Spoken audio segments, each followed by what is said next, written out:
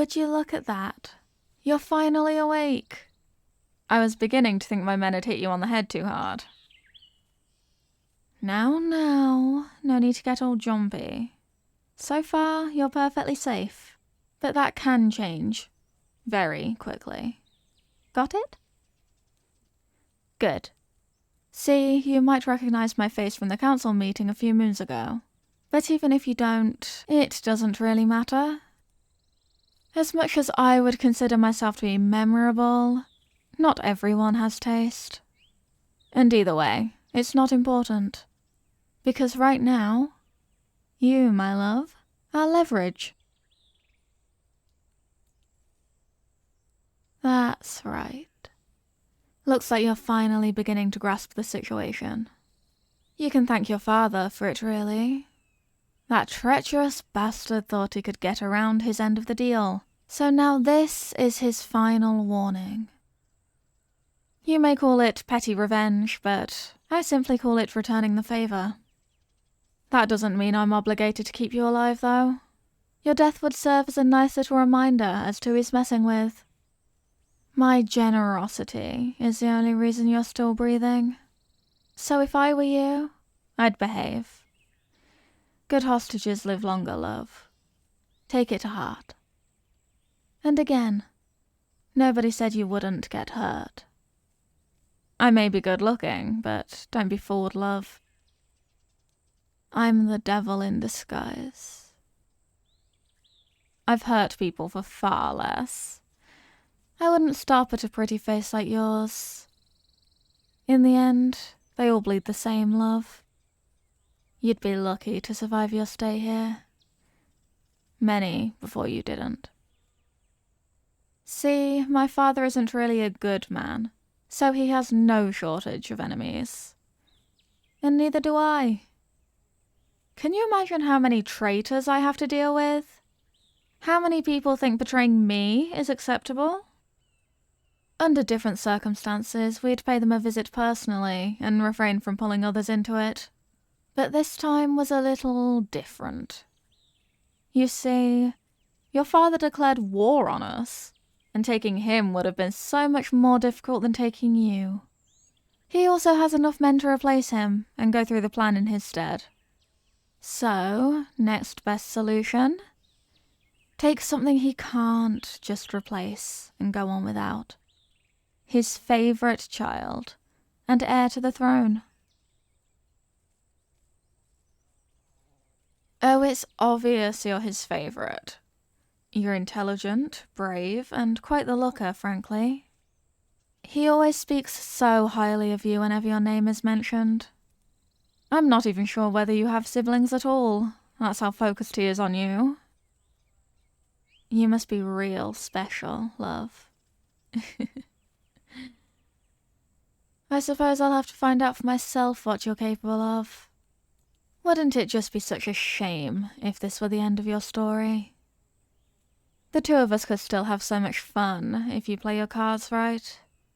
Meaning, don't act up and behave.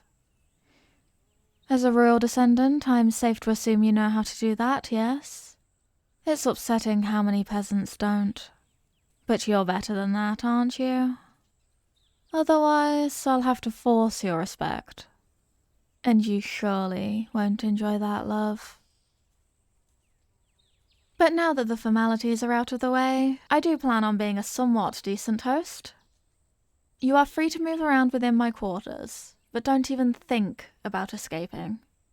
I have guards stationed at every possible exit, and the windows have bars, as you can clearly tell.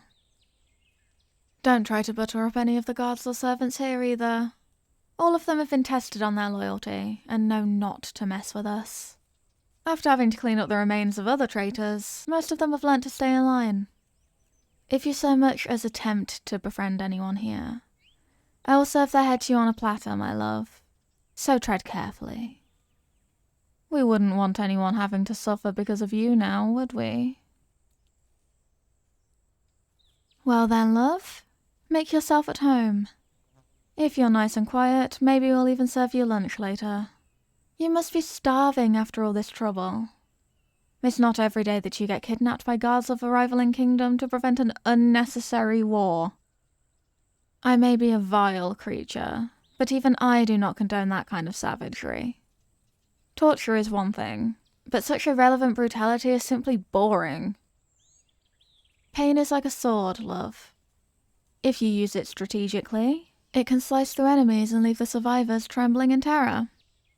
On the other hand, simply swinging it around with brute force, you end up either barely leaving a scratch on your opponent's armor, or in a bloodbath, both of which entirely fail the purpose of such a finely crafted weapon. Handling a weapon is a form of art too. It's a carefully choreographed dance. And so is manipulation and punishment, love. You always have to decide which step to take next to get your desired outcome. What would be too little? What would be too much? It's a fine balance between respect and revolution. But you wouldn't know such things, would you? You aren't a true leader yet. You simply let your father do as he pleases.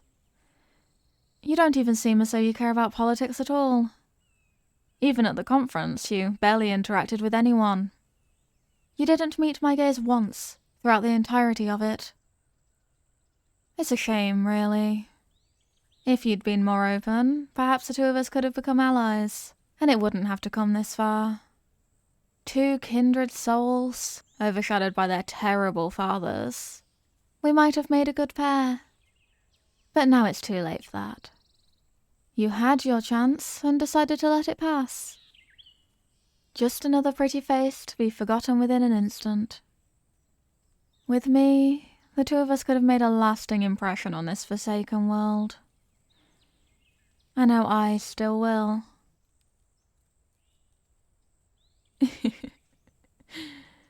How cute. Did you believe that? You should have seen the look on your face. How pathetic to think I'd want to share it with you. Go cry about it.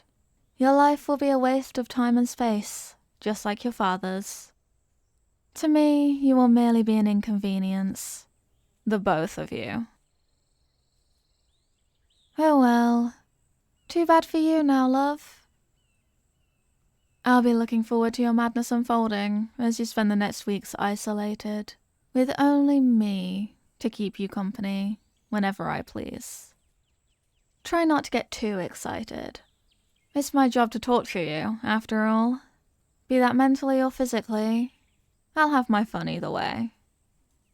But enough for now. I'll have more than enough time to enjoy your delightful facial expressions later. And trust me, I'll be getting everything out of you once I actually try.